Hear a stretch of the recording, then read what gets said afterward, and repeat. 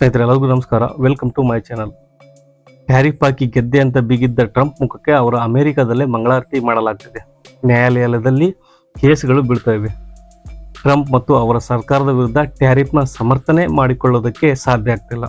ಅವರು ಅಧಿಕಾರಿಗಳಿಗೆ ಈ ಟ್ಯಾರಿಫ್ನ ಯಾವುದೇ ಕ್ಷಣದಲ್ಲೂ ವಾಪಸ್ ಪಡೆದ್ರು ಆಶ್ಚರ್ಯ ಇಲ್ಲ. ಲೇಟೆಸ್ಟ್ ಟ್ರೂತ್ ಸೋಷಿಯಲ್ ಅನ್ನೋ ಮೀಡಿಯಾದಲ್ಲಿ ಮೆಸೇಜ್ ನೋಡಿ ಗೊತ್ತಾಗುತ್ತೆ, ಇನ್ನು ಇವರ ಆಟ ಜಾಸ್ತಿ ನಡೆಯೋದಿಲ್ಲ. ಇದು ಈಗ ಅಮೆರಿಕದ ಸುಪ್ರೀಂ ಕೋರ್ಟ್ ಲೆವೆಲ್ ಕೂಡ ಹೋಗಿಬಿಟ್ಟಿದೆ. ಯಾವುದೇ ಕ್ಷಣದಲ್ಲೂ ಕೂಡ ಕೋರ್ಟ್ ಟ್ಯಾರಿಫ್ನ ರದ್ದು ಮಾಡಲೂಬಹುದು. ಆಗ ಬಂದ ದಾರಿಗೆ ಸುಂಕ ಇಲ್ಲ ಅನ್ನುವಂತೆ ಟ್ಯಾರಿಫ್ನ ವಾಪಸ್ ಪಡಿಬೇಕಾಗುತ್ತೆ.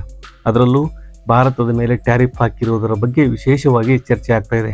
ಅಮೆರಿಕಾದಾದ್ಯಂತ ಇವರು ಯಾವಾಗ ನಮ್ಮ ಮೇಲೆ 50% ಟ್ಯಾಕ್ಸ್ ಹಾಕಿದ್ರು, ಟ್ಯಾರಿಫ್ ಅನ್ನು ಹಾಕಿದ್ರು, ಆ ಕಡೆ ಅಜಿತ್ ದೋವಲ್ ಅವರು ರಷ್ಯಾಗೆ ಹೋದ್ರು. ಜೈಶಂಕರ್ ಅವರು ರಷ್ಯಾಕ್ಕೆ ಹೋಗ್ತಾ ಇದ್ದಾರೆ. ಮೋದಿ ಮತ್ತು ಅವರ ಚೀನಾ ಭೇಟಿ ಕೂಡ ಹೊರಡ್ತಾ ಇದ್ದಾರೆ. ಚೀನಾದ ವಿದೇಶಾಂಗ ಸಚಿವರು ಭಾರತಕ್ಕೆ ಬರ್ತಾ ಇದ್ದಾರೆ.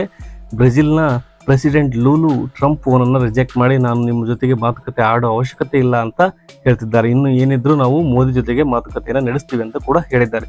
ಇದರಿಂದ ಅಮೆರಿಕದಲ್ಲಿ ಮಡುಗಟ್ಟಿದ ವಾತಾವರಣ ಸೃಷ್ಟಿಯಾಗಿದೆ. ಟ್ಯಾರಿಫ್ ಹಾಕಿ ನನ್ನ ಮಿತ್ರನೆಲ್ಲ ಶತ್ರುಗಳನ್ನಾಗಿ ಮಾಡ್ಕೊಂಡು ಬಿಟ್ರಲ್ಲ. ಅಮೆರಿಕದ ಥಿಂಕ್ ಟ್ಯಾಂಕರ್ಗಳು, ಅಮೆರಿಕದ ನ್ಯಾಷನಲ್ ಸೆಕ್ಯೂರಿಟಿ ಏಜೆನ್ಸಿಯಲ್ಲಿ ಕೆಲಸ ಮಾಡಿರ್ತಕ್ಕಂಥ ಮಾಜಿ ಅಧಿಕಾರಿಗಳು ಸಹ ವಿಶ್ಲೇಷಣೆ ಮಾಡ್ತಿದ್ದಾರೆ. ನಾವು ಟ್ರಂಪ್ ಬಂದು ದೇಶ ಉದ್ಧಾರ ಮಾಡ್ತಾರೆ ಅನ್ಕೊಂಡಿದ್ವಿ, ಎಂತ ಭಸ್ಮಾಸುರನ ನಾವು ಅಧಿಕಾರದಲ್ಲಿ ಕೂರಿಸ್ಬಿಟ್ವಲ್ಲ ಅಂತ ತಲೆ ಚೆಚ್ಕೊಳ್ಳೋ ಪರಿಸ್ಥಿತಿ ಬಂದಿದೆ. ಇನ್ನು ನಾಚಿಕೆ ಮಾನ ಮರ್ಯಾದೆ ಇಲ್ದ ನೋಡಿ ಅವರು ಸೋಷಿಯಲ್ ಮೀಡಿಯಾ ಟ್ರೂತ್ ನಲ್ಲಿ ಏನಂತ ಬರೀತಾರೆ, ಅಮೆರಿಕಕ್ಕೆ $1 ಬಿಲಿಯನ್ ಹರಿದು ಬರ್ತಾ ಇದೆ. ಸತ್ಯದ ಮೇಲೆ ತಲೆ ಹೊಡೆದಂತೆ ಸುಳ್ಳು ಹೇಳ್ತಾ ಇದ್ದಾರೆ. ಇಲ್ಲಿದೆ ನೋಡಿ, $1.1 ಕೋಟಿ ಟ್ರಿಲಿಯನ್ ಒಂದೇ ದಿನ ಅಮೆರಿಕದ ಷೇರು ಮಾರ್ಕೆಟ್ ಲಾಸ್ ಆಗಿದೆ ಅನ್ನೋ ರಿಪೋರ್ಟ್ ಈ ವರದಿನ ನೋಡಿಲ್ವಂತೆ. ಟ್ರಂಪ್ ಮಾನ ಮರ್ಯಾದೆ ಎಲ್ಲ ಬಿಟ್ಟು ನಮ್ಮ ಶೇರ್ ಮಾರ್ಕೆಟ್ ಪಾಸಿಟಿವ್ ರೆಸ್ಪಾನ್ಸ್ ಎಲ್ಲ ಇದೆ ಅಂತ ಬರೀತಾರೆ. ಸತ್ಯದ ಮೇಲೆ ತಲೆ ಹೊಡೆದಂತೆ ಸುಳ್ಳು ಹೇಳ್ತಾರೆ. ಏನಂತ ಬರೆದಿದ್ದಾರೆ, $100s of millions pouring into US economy. ಅದು ಎಲ್ಲಿ $100s of millions ಬರ್ತಾ ಇದೆ? ಇವರನ್ನ ಜಾಣರು ಅಂತಿರೋ, ಪೆದ್ದರು ಅಂತಿರೋ. ಫಾರ್ ಎಕ್ಸಾಂಪಲ್, ಒಂದು ಡಜನ್ ಬಾಳೆಹಣ್ಣು $10 ಸೇಲ್ ಆಗ್ತಾ ಇತ್ತು ಅನ್ಕೊಳ್ಳಿ. 50% ಎಕ್ಸ್ಟ್ರಾ ಟ್ಯಾರಿಫ್ ಹಾಕೋದ್ರಿಂದ ಅದರ ಬೆಲೆ $15 ಏರುತ್ತೆ. ಈ $5 ಎಕ್ಸ್ಟ್ರಾ ಮನಿನ ಯಾರು ಕೊಡಬೇಕು? ಅಮೆರಿಕದ ನಾಗರಿಕರೇ ಕೊಡಬೇಕು. ಅವರ ಜೇಬಿಂದಾನೇ ಹೋಗೋದು. ಟ್ಯಾರಿಫ್ ಹೆಸರಲ್ಲಿ ಟ್ಯಾಕ್ಸ್ ಹಾಕುವ ಮೂಲಕ ಅವರದ್ದೇ ನಾಗರಿಕರ ಜೇಬಿಂದ $ಅನ್ನು ಕಸಿದು ಸರ್ಕಾರದ ಖಜಾನೆಯನ್ನು ತುಂಬಿಸ್ತಾ ಇದ್ದಾರೆ. ಟ್ರಂಪ್ ಇದನ್ನ ಅವರು ಮಿಲಿಯನ್ಸ್ ಆಫ್ ಡಾಲರ್ ನಮ್ಮ ಖಜಾನೆಗೆ ಹರಿದು ಬರ್ತಾ ಇದೆ ಅಂತ ಬರ್ಕೊಳ್ತಿದ್ದಾರೆ. ಬೇರೆ ದೇಶದ ಜೊತೆಗೆ ವ್ಯಾಪಾರ ವಹಿವಾಟು ಮಾಡಿ ಅದರಿಂದ ಬಂದ ಲಾಭವೇನೋ ಅನ್ನೋಷ್ಟರ ಮಟ್ಟಿಗೆ ಅಪಪ್ರಚಾರವನ್ನ ಮಾಡಲಾಗ್ತಾ ಇದೆ. ನೋಡಿ, ತಮ್ಮವರಿಗೆ ಟ್ಯಾಕ್ಸ್ ಜಡಿದು ತಮ್ಮ ಜನರ ಜೇಬಿಗೆ ಕತ್ತರಿ ಹಾಕಿ 50% ಎಕ್ಸ್ಟ್ರಾ ವಸೂಲಿ ಮಾಡಿರುವ ದುಡ್ಡನ್ನ ಖಜಾನೆಗೆ ಹರಿದು ಬರ್ತಾ ಇದೆ ಅಂತ ಡಾಲರ್ ಅಂತಾರೆ. ಸುಪ್ರೀಂ ಕೋರ್ಟ್ನಲ್ಲಿ ಏನಾದರೂ ಇದು ಟ್ಯಾರಿಫ್ ಹಾಕಿದ್ದು ಹಿಂಪಡೆದಿದ್ದ ಆದ್ರೆ ಈಗೇನು ತಮ್ಮ ನಾಯಕರ ಜೇಬಿಗೆ ಕತ್ತರಿ ಹಾಕಿ ಡಾಲರ್ನ ಕಸಿದ್ದಾರೆ, ಎಕ್ಸ್ಟ್ರಾ 50% ಟ್ಯಾರಿಫ್ ಮೂಲಕ ಅದೆಲ್ಲ ವಾಪಸ್ ಕಟ್ಟಬೇಕಾಗುತ್ತೆ. ಬುದ್ಧಿವಂತರ ದೇಶ ಅಂತ ಕರೀತಾರೆ. ಅಮೆರಿಕನ ಎಂಥ ವ್ಯಕ್ತಿ ರಾಷ್ಟ್ರಪತಿ ಮಾಡಿದ್ದೇವೆ ನೋಡಿ, ಅವರಿಗೆ ಜನರಲ್ ನಾಲೆಡ್ಜ್ ಕೂಡ ಇಲ್ಲ. ಭಾರತದ ಮೇಲೆ ಇವರು 50% ಟ್ಯಾರಿಫ್ ಹಾಕಿದ ಮಾತ್ರಕ್ಕೆ ನಾವೇನಾದ್ರೂ ನಮ್ಮ ಕೈಯಿಂದ ಆ ದುಡ್ಡನ್ನು ಕೊಡ್ತೀವ? ನಮ್ಮ ಮಾಲನ್ನ ಅವರ ಮಾರ್ಕೆಟ್ಗೆ ಹಾಕ್ತೀವಿ ಅಷ್ಟೇ. ಅದಕ್ಕೆ ಎಕ್ಸ್ಟ್ರಾ 50% ಚಾರ್ಜ್ ಮಾಡಿ ಅವರ ಜನರ ತಲೆ ಮೇಲೆ ಹೊಡಿತಾರೆ. ಇಲ್ಲಿ ಇಳಿಕೆ ಆಗುತ್ತೆ, ನಮ್ಮ ಸೇಲ್ಸ್ ಸ್ವಲ್ಪ ಇಳಿಕೆ ಆಗುತ್ತೆ. ಅದನ್ನ ನಾವು ಬೇರೆ ಕಡೆಗೆ ಶಿಫ್ಟ್ ಮಾಡ್ತೀವಿ. ಈಗ ಆಲ್ರೆಡಿ ಚೈನಾ ನಮಗೆ ಮಾರುಕಟ್ಟೆ ಓಪನ್ ಮಾಡಿ ಆಗಿದೆ. UK ಎಂದು ಕೂಡ ಫ್ರೀ ಟ್ರೇಡ್ ಡೀಲ್ ಅಗ್ರಿಮೆಂಟ್ ಮಾಡ್ಕೊಂಡಿದ್ದೀವಿ. ಈಗಾಗಲೇ US ಒಂದು ಲೋವರ್ ಕೋರ್ಟ್ನಲ್ಲಿ ಅಮೆರಿಕದ ಟ್ರಂಪ್ ಈ ಟ್ಯಾರಿಫ್ ನಿರ್ಧಾರನ ಅನ್ಕಾನ್ಸ್ಟಿಟ್ಯೂಷನಲ್, ಇಲ್ಲಿಗಲ್ಲು ಅಂತಿದೆ. ತಿರುಗಿ ನ್ಯಾಯಾಲಯಕ್ಕೆ ಧಮಕಿ ಹಾಕಿದ್ದಾರೆ ನೋಡಿ ಟ್ರಂಪ್. ಈಗ ಯಾವ ಮಟ್ಟಕ್ಕೆ ಹೇಳ್ತಿದ್ದಾರಪ್ಪ ಅಂದ್ರೆ, ಅಮೆರಿಕದ ಜನರಿಗೆ ನಾನು ಈಗ ಹಾಕಿರೋ ಟ್ಯಾರಿಫ್ನ ಒಪ್ಕೋಬೇಕು ಅಂತ ಒತ್ತಾಯ ಮಾಡ್ತಾ ಇದ್ದಾರೆ. ದಿ ಗ್ರೇಟ್ ಡಿಪ್ರೆಷನ್ ಡೇ ನೆನಪು ಮಾಡಿಕೊಳ್ಳುವ ಅಂತ ಗತಿ ನಮಗೆ ಈಗ ಬರಬೇಕಿಲ್ಲ. ಇಲ್ಲ ಸಲ್ಲದ ಭೂತವನ್ನು ಸೃಷ್ಟಿ ಮಾಡಿ ತೋರಿಸಿ ಬೆದರಿಸ್ತಾ ಇದ್ದಾರೆ. ಅಮೆರಿಕನನ್ನು ಹೆಚ್ಚು ಕಡಿಮೆ ಇದು ಕತ್ತಿನ ಕುತ್ತಿಗೆ ಇಟ್ಟು ಹಣ ವಸೂಲಿ ಮಾಡಿದಂತೆ. ಅಷ್ಟಕ್ಕೂ ಈ ಟ್ಯಾರಿಫ್ ವ್ಯವಸ್ಥೆ ಎಲ್ಲ ಟ್ರಂಪ್ ಅಧಿಕಾರ ಕ್ಷೇತ್ರದಲ್ಲಿ ಬರೋದಿಲ್ಲ. ಅದನ್ನೇ ಈಗ ಕೋರ್ಟ್ ಹೇಳ್ತಾ ಇರೋದು. ನೀವು ಎಮರ್ಜೆನ್ಸಿ ಕೊಟ್ಟಿರೋ ವಿಶೇಷ ಪವರ್ನ ಬಳಸಿ ಟ್ಯಾರಿಫ್ ಹಾಕಿರೋದು ಸರಿಯಲ್ಲ. ಅಂತಹ ಎಮರ್ಜೆನ್ಸಿ ಅಮೆರಿಕಾದಲ್ಲಿ ಏನಿದೆ ಅಂತ ಕೇಳ್ತಾ ಇವೆ ನ್ಯಾಯಾಲಯಗಳು. ಲೋವರ್ ಕೋರ್ಟ್ ಈಗಾಗಲೇ ಟ್ರಂಪ್ನ ವಿರುದ್ಧ ನಿರ್ಧಾರ ಬಂದಾಗಿದೆ. ಇನ್ನು ಫೆಡರಲ್ ಕೋರ್ಟ್ದೆ ಮಾಮೂಲು. ಅಲ್ಲಿ ಟ್ಯಾರಿಫ್ ವಿರುದ್ಧ ಏನಾದರೂ ಬಂದ್ರೆ ಟ್ರಂಪ್ ಟ್ಯಾರಿಫ್ ಖೇಲ್ ಖತಮ್. ರಷ್ಯಾದವರು ಚೈನಾದವರು ಏನು ಮಾಡೋ ಅವಶ್ಯಕತೆನೇ ಇಲ್ಲ. ಅಮೆರಿಕನೇ ಹಾಳು ಮಾಡ್ಕೊಳ್ಳೋದಕ್ಕೆ ಒಬ್ಬ ಟ್ರಂಪ್ ಸಾಕು. ಅಮೆರಿಕದ ಥಿಂಕ್ ಟ್ಯಾಂಕ್ನ ವಿಶ್ಲೇಷಕರು ಹೇಳ್ತಾ ಇದ್ದಾರೆ, ಮೋದಿ ಮತ್ತು ಭಾರತಕ್ಕೆ ಇದರಿಂದ ಟೆನ್ಷನ್ ಆಗೋ ಅವಶ್ಯಕತೆ ಇಲ್ಲ. ಟ್ಯಾರಿಫ್ ಇದು ಗಾಳಿ ಗೋಪುರ ಟ್ರಂಪ್ರ ಕಟ್ಟಿರೋದು. ಅದರಷ್ಟು ಕದೆ ಬಿದ್ದು ಹೋಗುತ್ತೆ. ಧರಾಶಾಹಿ ಆಗುತ್ತೆ. ಅಮೆರಿಕ ಮತ್ತು ಭಾರತದ ವ್ಯಾಪಾರ ಸಂಬಂಧ ಮೇಲೆ ಇದು ದೊಡ್ಡ ಎಫೆಕ್ಟ್ ಆಗಲ್ಲ. ಟ್ಯಾರಿಫ್ ಈಗಷ್ಟೇ ಹಾಕಿದ್ದಾರೆ, ಇದರ ಇಂಪ್ಯಾಕ್ಟ್ ಈಗಷ್ಟೇ ಶುರುವಾಗಿದೆ. 2-3 ತಿಂಗಳು ಆಗಲಿ. ಯಾವಾಗ ಬೆಲೆ ಏರಿಕೆ ಬಿಸಿ ಅಮೆರಿಕದ ಜನರಿಗೆ ತಟ್ಟುತ್ತೋ ಆಗ ಬೀದಿಗಿಳಿದು ಹೋರಾಟ ಮಾಡ್ತಾರೆ. ಇದೊಂಥರ ಪ್ರೆಷರ್ ಕುಕ್ಕರ್ ಮೇಲೆ ಒಲೆ ಹೊತ್ತಿಸಿ ನೀರು ಹಾಕಿ ಅಕ್ಕಿ ಹಾಕಿ ಮುಚ್ಚಿದ್ದಾರೆ.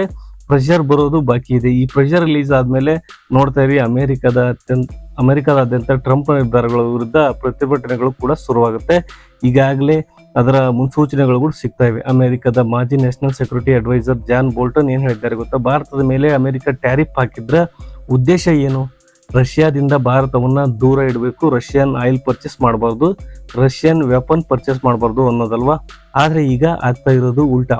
ಭಾರತ, ರಷ್ಯಾ, ಚೀನಾದ ತೆಕ್ಕೆಗೆ ಜಾರ್ತಾ ಇವೆ ಅಂತ ಎಚ್ಚರಿಕೆ ಕೂಡ ಕೊಟ್ಟಿದ್ದಾರೆ. ಅಮೆರಿಕದ ಮಾಜಿ national security adviser John Bolton ಅವರು ಹೇಳಿರೋದು, ನಾವು ಪವರ್ ಬ್ಯಾಲೆನ್ಸ್ ಮಾಡೋದು ಕಷ್ಟ ಆಗುತ್ತೆ. ಏಷ್ಯಾದಲ್ಲಿ ಚೈನಾಕ್ಕೆ ಸ್ಪೀಡ್ ಬ್ರೇಕರ್ ಹಾಕೋದು ಯಾವುದಾದ್ರೂ ಇದ್ರೆ ಅದು ಭಾರತ ಮಾತ್ರ. ಭಾರತ ಸ್ಟ್ರಾಟಜಿಕಲ್ ಪಾರ್ಟ್ನ ನಾವು ಕಳೆದುಕೊಂಡ್ರೆ ನಮ್ಮ ಕಾಲ ಮೇಲೆ ನಾವೇ ಕೊಡಲಿ ಪೆಟ್ಟು ಹಾಕಿಕೊಂಡಂತೆ ಅಂತ ಎಚ್ಚರಿಕೆ ಕೂಡ ಕೊಟ್ಟಿದ್ದಾರೆ. ಕರೆಕ್ಟಾಗಿ ಹೇಳಿದ್ದಾರೆ ನೋಡಿ. ಅವರು ಆ ಕಡೆ ಟ್ರಂಪ್ 50% ಟ್ಯಾರಿಫ್ ಹಾಕ್ತಾ ಇದ್ದಂತೆ ಭಾರತದಿಂದ ಅಜಿತ್ ದೋವಲ್ ಹಾಗೆ ಜೈಶಂಕರ್ ಅವರು ರಷ್ಯಾಕ್ಕೆ ಹಾರಿದ್ದಾರೆ. ರಷ್ಯಾದ ಪುಟಿನ್ ಭಾರತಕ್ಕೆ ಬರ್ತಾ ಇದ್ದಾರೆ, ಮೋದಿ ಚೀನಾಕ್ಕೆ ಹೋಗ್ತಾ ಇದ್ದಾರೆ. ಈ ವ್ಯಕ್ತಿಗೆ ಸರಳ ರಾಜಕೀಯನೇ ಅರ್ಥ ಆಗಲಿಲ್ಲ. ಇನ್ನು ನೋಡಿ, ಭಾರತವನ್ನು ಶತ್ರು ರೀತಿ ನೋಡಿ ಚೀನಾಕ್ಕೆ ಮತ್ತಷ್ಟು ಅನುಕೂಲಗಳನ್ನು ಮಾಡಿಕೊಡ್ತಿದ್ದಾರೆ. ಭಾರತ ಇಷ್ಟು ದಿವಸ ಅಮೆರಿಕ ನಂಬ್ತಾನೆ ಇರಲಿಲ್ಲ. ಇತ್ತೀಚಿನ ವರ್ಷಗಳಲ್ಲಿ ನಂಬೋದಕ್ಕೆ ಶುರು ಮಾಡಿತ್ತು. ಅದರ ಹಿಂದೆ ದಶಕಗಳ ಪರಿಶ್ರಮ ಇತ್ತು. ಟ್ರಂಪ್ ಅಧಿಕಾರಕ್ಕೆ ಬಂದ 6 ತಿಂಗಳಲ್ಲೇ ಅದಕ್ಕೆಲ್ಲ ಎಳ್ಳು ನೀರು ಬಿಟ್ಟು ಆಗಿದೆ. ಲಾಜಿಕ್ ನೀವೇ ಯೋಚನೆ ಮಾಡಿ. ಇವರು ಹೇಳ್ತಾ ಇರೋ ಕೋಟ್ಯಾಂತರ ಡಾಲರ್ ಭಾರತದಿಂದ ಏನಾದ್ರೂ ಹರಿದು ಹೋಗ್ತಾ ಇದೆಯಾ? ಚೀನಾ, ರಷ್ಯಾ, ಜಪಾನ್, ಸೌತ್ ಕೊರಿಯಾದಿಂದ ಏನಾದ್ರೂ ಹರಿದು ಹೋಗ್ತಾ ಇದೆಯಾ? ಇಲ್ಲ. ಅವರದ್ದೇ ಜೇಬಿನಿಂದ ಕಸಿದು ಖಜಾನೆಗೆ ಹಾಕೋತಾ ಇದ್ದಾರೆ. ಟ್ಯಾರಿಫ್ ಜಡಿದು, ಟ್ಯಾಕ್ಸ್ ಜಡಿದು ವಸೂಲಿ ಮಾಡೋದನ್ನ ಸಾಧನೆ ಅಂತ ಬಿಂಬಿಸಿಕೊಳ್ಳೋರಿಗೆ ಏನ್ ಹೇಳೋದು? ನೀವೇ ಹೇಳಿ. ಇವರ ಪ್ರಾಬ್ಲಮ್ ಏನ್ ಗೊತ್ತಾ? ಟ್ರಂಪ್ ಒಬ್ಬ ಬಿಸ್ನೆಸ್ ಮ್ಯಾನ್. ಎಲ್ಲವನ್ನೂ ವ್ಯಾವಹಾರಿಕವಾಗಿ ದೃಷ್ಟಿಯಿಂದಲೇ ನೋಡೋದು. ದೇಶಗಳ ನಡುವೆ ಕೇವಲ ಟ್ರೇಡ್ ಮುಂದೆ ಮುಖ್ಯ ಅಲ್ಲ, ಅದನ್ನು ಮೀರಿದ ಸಂಬಂಧಗಳು ಕೂಡ ಇರ್ತವೆ. ಫಾರ್ ಎಕ್ಸಾಂಪಲ್, ನಮ್ಮ ಮತ್ತು ಇಸ್ರೇಲ್ ನಡುವಿನ ಸಂಬಂಧ, ಅಲ್ಲಿ ಟ್ರೇಡ್ ಒಂದೇ ಇಲ್ಲ. ನಮ್ಮ ಮತ್ತು ರಷ್ಯಾದ ಮೇಲಿನ ಸಂಬಂಧ, ಅಲ್ಲಿ ಕೂಡ ಟ್ರೇಡ್ ಒಂದೇ ಅಲ್ಲ. ಇವರಿಬ್ಬರು ಕೂಡ ಟೈಮ್ ಟೆಸ್ಟೆಡ್ ಪಾರ್ಟ್ನರ್ಸ್. ಭಾರತಕ್ಕೆ ಇಂಥ ಸೂಕ್ಷ್ಮಗಳನ್ನ ಟ್ರಂಪ್ನಂತಹ ವಿಶ್ವನಾಯಕ ಹೇಳಿಕೊಳ್ಳೋರಿಗೆ ಅರ್ಥನೆ ಮಾಡ್ಕೊಳ್ಳೋದಕ್ಕೆ ಸಾಧ್ಯ ಆಗ್ತಾ ಇಲ್ಲ. ನೋಡಿ, ಸುತ್ತಮುತ್ತ ಬರೀ ಹೊಗಳು ಬಟರ್ನೇ ಕಟ್ಕೊಂಡ್ರೆ ಇದೇ ಪರಿಸ್ಥಿತಿ ಆಗೋದು. ವ್ಯಾಪಾರ ಅಂದಮೇಲೆ ₹1 ಲಾಭ ಮಾಡ್ಕೋಬಹುದು, ನಾವು ಮಾಡ್ಕೊಳ್ಬಹುದು. ಇಲ್ಲ ಜಿಯೋ ಪೊಲಿಟಿಕ್ಸ್ ನಲ್ಲಿ ಅದಕ್ಕೂ ಮಿಗಿಲಾದ ಸಂಬಂಧಗಳು ಕೂಡ ಇರ್ತವೆ. ಈ ವ್ಯಕ್ತಿಗೆ ಡಿಮ್ಯಾಂಡ್ ಅಂಡ್ ಸಪ್ಲೈ ಕಾನ್ಸೆಪ್ಟೇ ಗೊತ್ತಿಲ್ಲ.